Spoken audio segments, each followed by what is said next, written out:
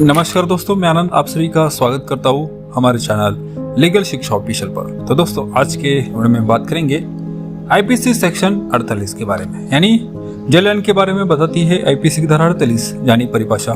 ये सारी जानकारी इस वीडियो के माध्यम से मैं बताने वाला हूँ। दोस्तों, अगर आप चैनल पे नए होंगे तो हमारे चैनल लीगल शिक्षा ऑफिशियल को सब्सक्राइब करना ना भूलिएगा। दोस्तों, वीडियो को हम स्टार्ट करेंगे। आईपीसी की धारा 48 यानी सेक्शन 48 जलयान शब्द को परिभाषित करती है।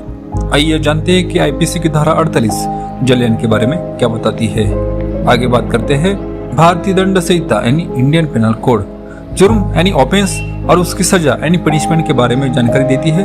साथ ही कानूनी तौर पर कई शब्दों यानी वर्ड का अर्थ यानी मीनिंग और उसकी परिभाषा यानी डेफिनेशन भी बताती है। ऐसी ही आईपीसी की धारा 48 यानी सेक्शन 48 जलयान शब्द को परिभाषित करती है। आइए जानते हैं कि आईपीसी की धारा 48 जलयान के बारे में क्या बताती है। दोस्तों, आगे बात करते हैं आईपीसी की धारा 48 यानी आईपीसी सेक्शन 48 के डेफिनेशन के बारे में। दोस्तों, आपको बताना चाहूंगा, भारतीय दंड संहिता यानी इंडियन पेनल कोड की धारा 48 यानी सेक्शन 48 हमें जलयान यानी वेसल के बारे में जानकारी देती है। यह धारा बताती है कि जलयान का मतलब आईपीसी में क्या है।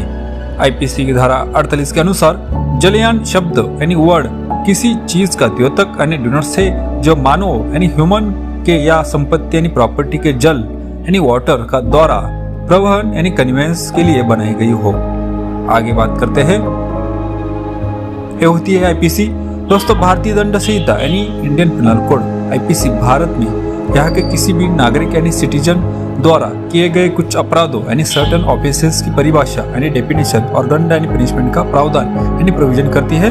आपको बता दें, भारत की सेना यानी इंडियन आर्मी पर लागू नहीं होती है। पहले आईपीसी जम्मू एवं कश्मीर में लागू नहीं होती थी, लेकिन धारा 370 हटने के बाद वहां पे भी आईपीसी लागू हो गई है। इससे पहले वहां रणबीर दंड संहिता यानी आरपीसी लागू होती थी। आगे बात करते हैं, अंग्रेजों ने लागू की थी आईपीसी। दोस्तों, ब्रिटिश कालीन भारत यानी ब्रिटिश इंडिया के पहले कानून आयोग यानी लॉ कमीशन की सिफारिश यानी रिकमेंडेशन पर आईपीसी 1860 में अस्तित्व में आई और इसके बाद इसे भारतीय दंड संहिता यानी इंडियन पेनल कोड के तौर पर 1862 में लागू किया गया था।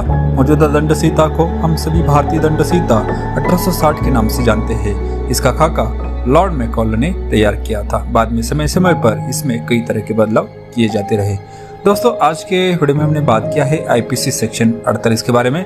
अगर आपके बारे में कुछ भी डाउट्स या सवाल रहेंगे तो आप मुझे कमेंट बॉक्स के थ्रू पूछ सकते हैं। दोस्तों, आपसे रिक्वेस्ट है कि वीडियो अपने दोस्तों के साथ शेयर कीजिए ताकि उनको भी पता होना चाहिए आईपीसी सेक्शन 48 यानी आईपीसी सेक्शन 48 क्या है उसकी परिभाषा यानी डेफिनेशन, ये सारी जानकारी।